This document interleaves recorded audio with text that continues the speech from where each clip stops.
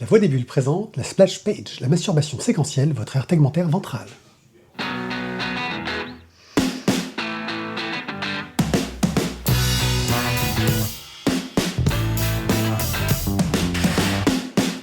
Coucou les gens, bienvenue à la Splash Page, ce podcast où nous faisons des rencontres avec des auteurs. Et là, nous sommes à la BDRI pour rencontrer une autrice, moi que j'aime beaucoup, qui a fait un projet que j'ai suivi depuis le départ et que j'ai admiré assez rapidement sur Instagram, qui est Mathilde Domecq. Bonjour Mathilde. Bonjour. Donc Mathilde, tu es ici à la BDRI pour faire une séance de dédicace et nous on s'est un petit peu incrusté pour poser quelques questions et tu vas en profiter pour dessiner en live là-dessus. Donc pour une fois, on va vous encourager à aller peut-être voir notre podcast sur YouTube, même si la plupart du temps en audio ça suffit. Là, il y a quand même du taf derrière qui mérite le coup d'œil.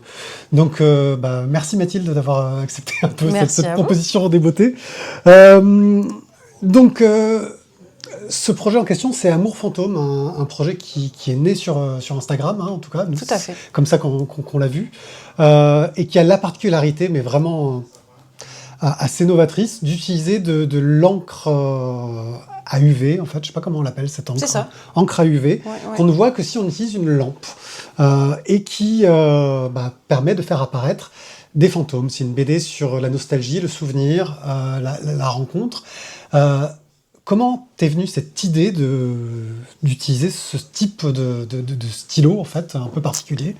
Tout simplement, c'est un jouet au départ que mon fils s'était acheté à la librairie du coin et qui était un stylo du détective, enfin écrit tes messages secrets qu'il avait. Et puis, en fait, ce qui est un peu dingue, c'est un peu toujours les mêmes choses dans la création, c'est des conjonctions en fait, de situations.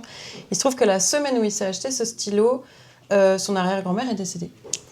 Donc moi je me suis retrouvée le soir, il allait se coucher et je me suis retrouvée le soir à griffonner dans mon carnet et j'ai commencé à penser à ce personnage de veuf et puis je lui ai piqué son stylo et puis j'ai commencé à dessiner un fantôme et je l'ai posté sur les réseaux sociaux et il y a eu très vite une réaction en fait du public.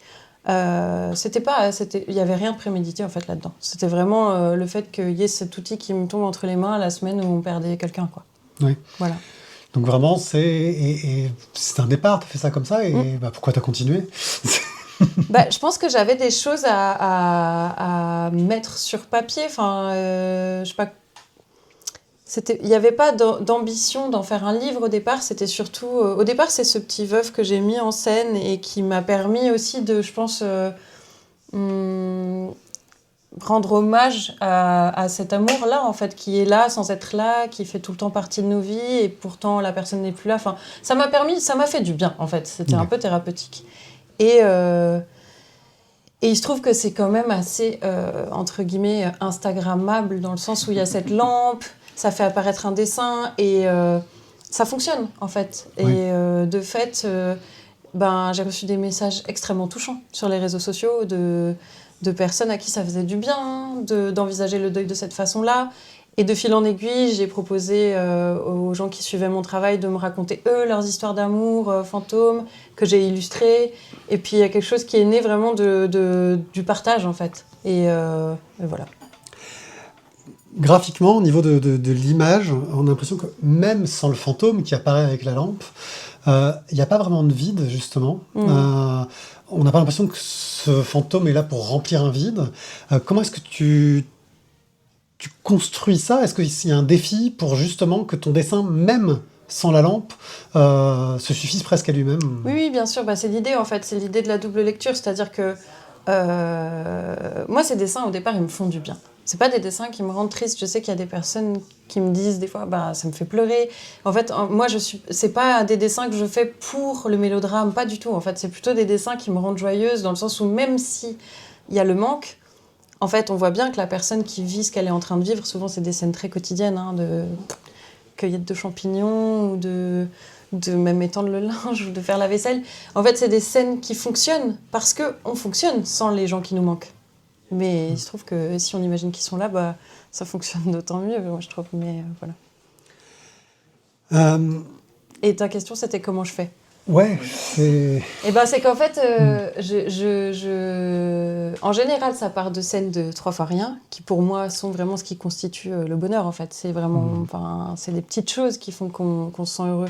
Et donc je pars d'une situation qui me semble, si ce n'est anodine, en tout cas quotidienne, et je la vis et en solitaire et avec une personne aimée. Et donc quand je fais le dessin, je le pense des deux façons, mais quand je fais le dessin, je dessine les deux personnages. Oui. Et ensuite, je n'en encre qu'un. Et le Ouais. deuxième, je l'encre à l'encre UV. D'ailleurs, tu peux commencer à dessiner si tu te sens capable Oui, de ça répondre à marche. mes questions tout en dessinant. On va bien voir. Voilà, on va voir. Tu as aussi fait appel à des témoignages d'autres personnes sur Instagram, justement. J'imagine que tu as dû avoir plein de propositions, sans doute, parce que on partage tous un peu les mêmes drames, j'ai envie de dire, des choses qui se ressemblaient beaucoup. Comment est-ce que tu arrives à sélectionner celui que tu vas mettre en scène? Ben, en fait, c'est très intuitif et j'espère que pour les personnes qui me confient leurs souvenirs, c'est pas pénible d'envisager que j'en fasse pas d'image. Je le dis, hein, que je pourrais pas faire des images de tous les souvenirs, mais en fait, je dessine ceux qui me créent une image dès que je les lis. Parce il y a des témoignages, dès que je les lis, je ressens déjà le dessin que j'ai envie d'en faire. Et c'est juste comme ça, en fait, c'est intuitif. Si je vois l'image, je la fais. Si je la vois pas, je le fais pas parce qu'en fait, j'ai l'impression que je peux pas fabriquer ça, en fait. Soit j'ai une espèce de nécessité de le faire et ça me vient naturellement, soit j'aime autant pas le faire. Mais c'est aussi pour ça que j'ai fait une pause pendant assez longtemps. C'est que je pouvais pas faire tous les dessins et je voulais pas le faire mal ou le faire moins bien, enfin le faire avec moins de cœur. Donc il y a un moment où j'ai arrêté parce que ça faisait beaucoup. Oui, se ressasser des moments qui sont Émotionnellement, des bons souvenirs, mais c'est difficiles. pas rien, quoi. C'est vraiment... c'est beaucoup. Et voilà, donc de temps en temps, je le fais, puis des fois, j'arrête. Parce que sinon, ça me touche, en fait. Ça me touche beaucoup. Clairement, dans ton livre, il y a deux parties clairement définies. Mhm. Il y a une première partie qui est l'histoire je vais dire le petit vieux, un peu gentiment, et des souvenirs de son épouse disparue, compagne, épouse, je ne sais pas, je connais pas, tu rentres pas dans le détail. Mhm. À chaque fois, il y a un petit texte qui va juste à côté. Trouver le texte qui soit à chaque fois très concis, très court, pour accompagner cette histoire qui progresse. Il y a une progression dans cette première partie. C'est compliqué de trouver ce texte, de trouver cette accroche qui reste poétique aussi. Disons que le plus difficile pour moi, c'était de ne pas tomber dans l'illustration par le texte ou inversement, c'est-à-dire ne pas écrire ce qui est dessiné, ne pas dessiner ce qui est écrit. Donc j'essaie que ça ouvre un champ, mais c'était difficile en fait d'être sobre et utile au dessin, en fait. C'est-à-dire, je réfléchis en même temps que je dessine et que je parle, donc c'est pas hyper fluide, pardon. Oui, Mais disons que comprend. j'ai essayé de faire des textes qui soient doux et éclairants, mais pas trop envahissants. Voilà. Donc c'était pas facile, mais c'était pas non plus trop compliqué. Disons que si ça devenait trop compliqué, je savais que je m'étais trompée. C'est une question que moi je me suis posée parce que quand je sélectionne les BD qu'on va chroniquer dans notre émission, souvent il y a le ah ouais mais c'est pas vraiment de la BD. Tu considères que c'est de la BD ou de l'illustration, ce que tu as fait? Je considère que c'est pas mon problème. Dans le sens où c'est des C'est une bonne dessins. on avait prévu cette réponse. En fait, oui, effectivement, c'est un objet un peu hybride, mais de plein de façons, parce qu'il y a une lampe, parce que c'est pas de la BD. Pour autant, moi, je suis autrice de bande dessinée depuis 20 ans, donc ça semble assez logique que ça soit considéré comme une BD. C'est vrai que ça n'en est pas. Mais les dessins font BD. Bon, c'est un livre illustré, et puis s'il faut le classifier, ça m'a toujours embêté les étiquettes, donc je sais pas. Alors moi je suis rentré, juste pour l'histoire, moi je suis rentré dans le côté un peu analytique, vraiment, parce très que bien. je fais un peu des études, tout ça, je me la pète. T'as lu des Avec, livres ouais, j'ai lu des livres.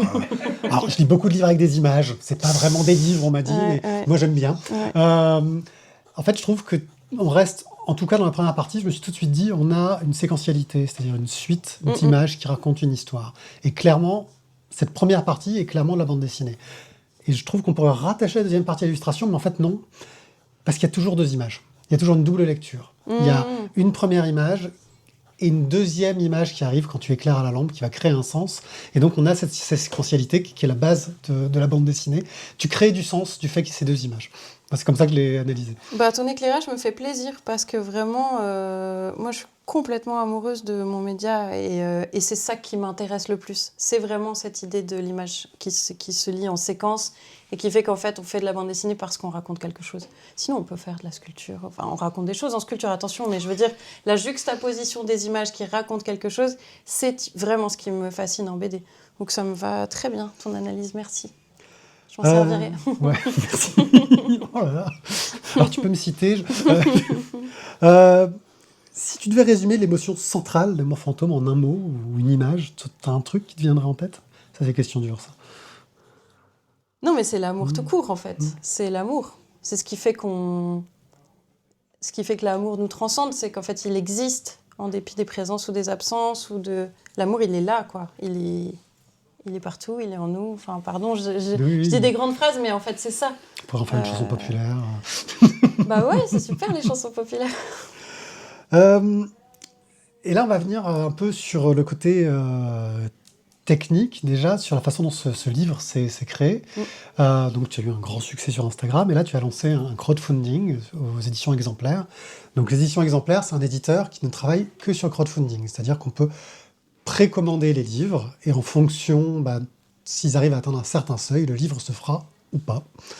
Et parfois, le livre peut se faire de meilleure qualité s'ils arrivent à avoir plein d'argent sur un projet.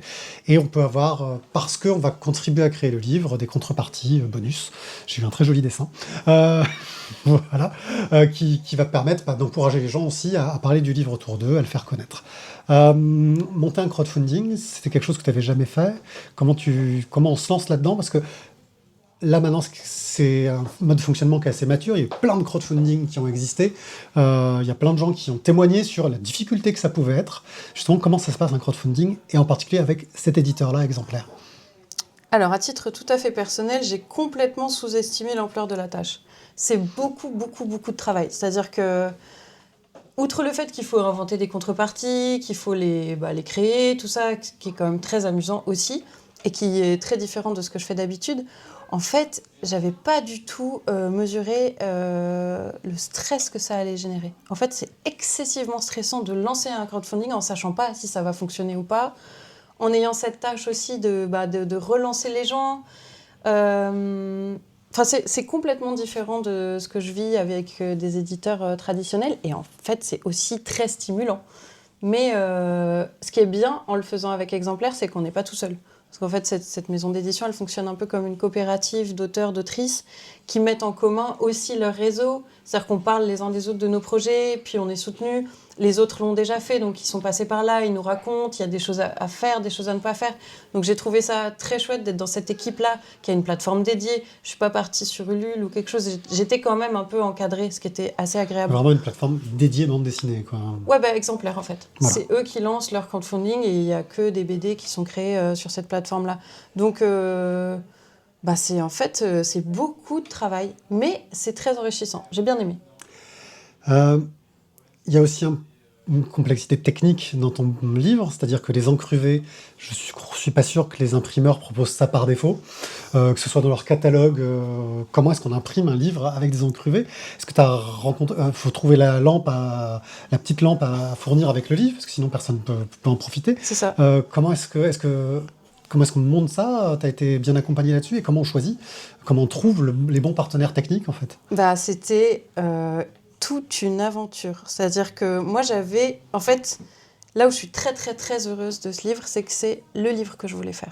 C'est-à-dire que je voulais pas faire un autre livre que celui-ci.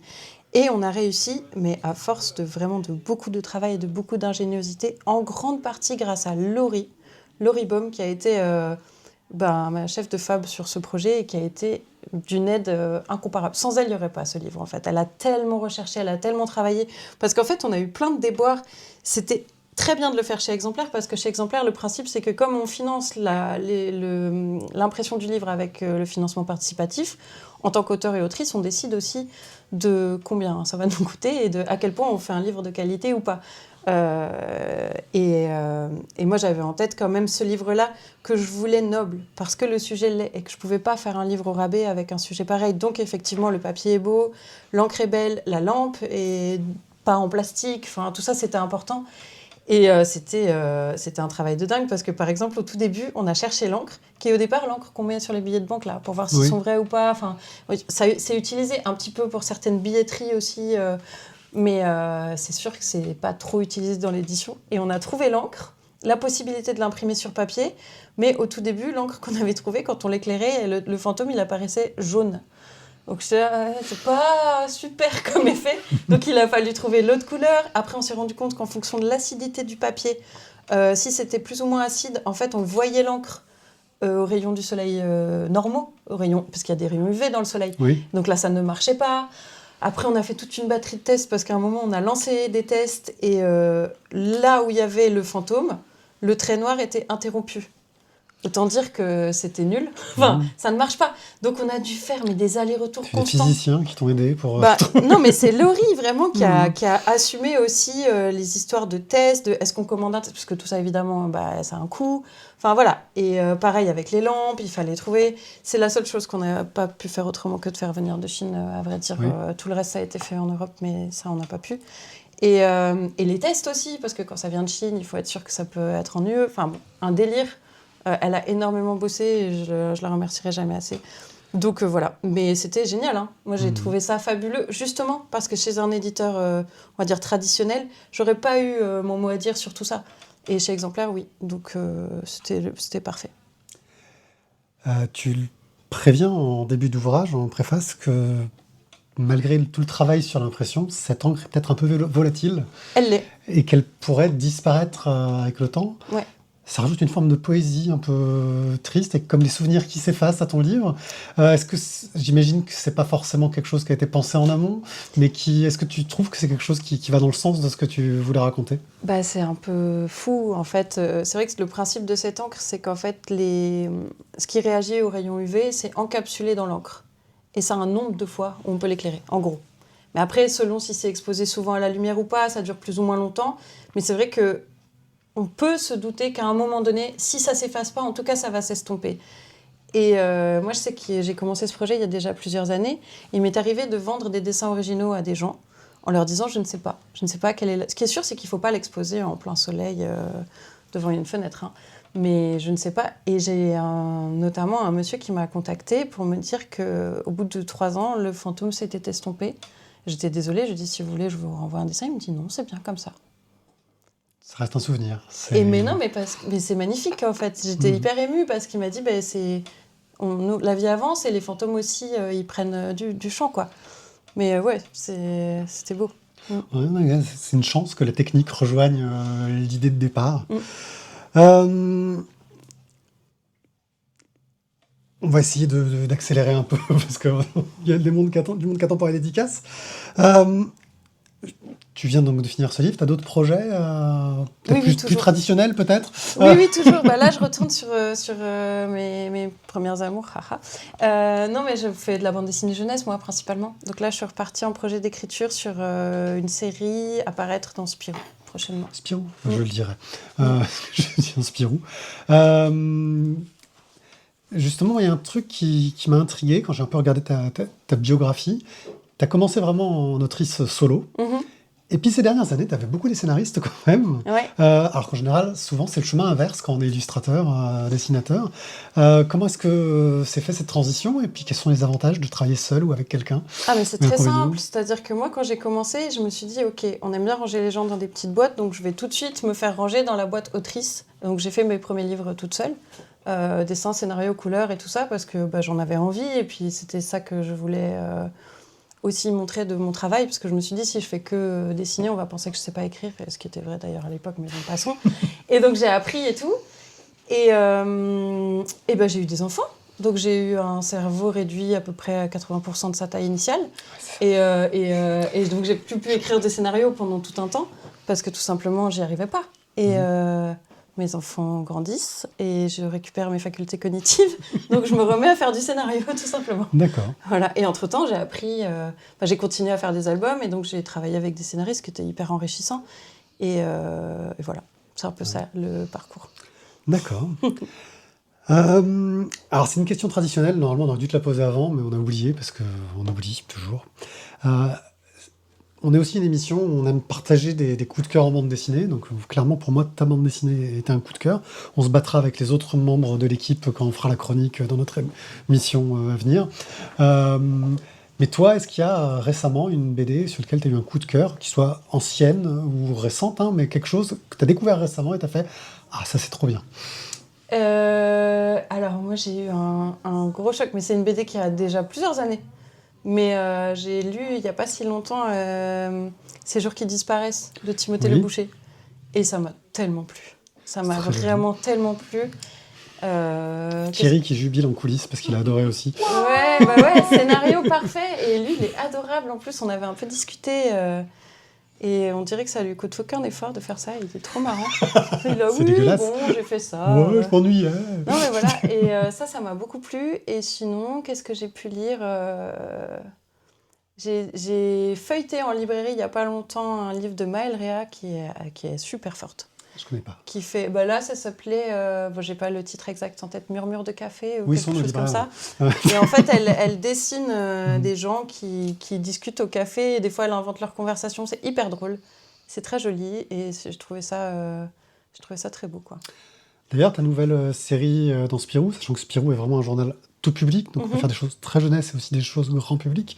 Ça va être plus du jeunesse ou est-ce que tu vas aller tourner comme un peu ce que tu as pu faire avec James sur de l'humour un peu plus adulte, un entre-deux? Alors c'est vraiment une quête initiatique d'une adolescente. D'accord. Qui est complètement en crise et donc c'est de la jeunesse. Voilà, jeunesse plus grand quoi. public, oui, voilà, c'est ça. Ouais. Ok, bon bah. Merci à toi. Est-ce que vous avez des questions dans le public? Est-ce que vous voulez poser des questions? Non, peut-être. On a un micro aussi, regardez. Je vais vous passer un micro. Allez-y. Oui, bonjour. Bonjour. J'ai vu que hier soir, il y avait un concert dessiné à Marseille. Et je voulais savoir avec qui ça s'était passé et comment ça s'était passé. Eh ben, c'était avec un musicien qui s'appelle Boris Vassalucci, qui joue du violon, de la mandoline et aussi il a quelques machines. Donc on est deux. Et on a joué à la Réserve à Bulles, qui est une librairie de bande dessinée. Et c'était la deuxième fois qu'on jouait ce spectacle. Et moi, j'ai trouvé ça très agréable. Et j'ai eu des bons retours du public. D'autres questions? Non? Oui, allez, vas-y, Thierry. Tiens, je te passe un micro vu que tu te caches en coulisses. Bonjour. Alors, avec autant d'investissement en temps et en argent pour arriver à trouver la bonne encre, le bon outil, etc., est-ce que tu as déjà pensé à d'autres projets? Tu as déjà eu des envies, ne serait-ce qu'en faisant ce bouquin-là, pour rentabiliser, entre guillemets, cet investissement en temps et technique qui a peut-être pu donner de nouvelles envies? Ah, c'est marrant parce que j'y ai pensé hier. Haha. C'est vraiment... de fil en aiguille, en discutant avec des amis de plein d'autres choses qui n'ont rien à voir avec la bande dessinée, comme c'est souvent le cas, je me suis dit que j'avais envie de faire un oracle avec cette encre. Parce que pourquoi pas? Finalement, décider quelle lecture on veut faire de l'oracle avec ou sans la lampe, enfin voilà. Ça m'a donné envie de faire ça. T'as pas peur d'être cataloguée l'autrice à la lampe Tant pis. Ouais. Pour les gens qui me cataloguent, non, moi ça me fait pas peur, non. D'accord, parce que c'est toujours le risque aussi quand on arrive à avoir une technique, quelque chose d'un peu qui sort du commun et que les gens disent c'est l'auteur qui fait ça. Si, oui, mais j'ai quand même fait 20 albums, je continue à en faire d'autres. Après, s'il y a des gens obtus qui ont envie de me cataloguer, c'est pas mon problème. Enfin, d'accord. Ouais. Ça sera le nom des éditions de la Lanterne. Le nom des éditions de la Lanterne, disait Thierry, si vous ne l'avez pas entendu. Bon, merci à toi. Merci.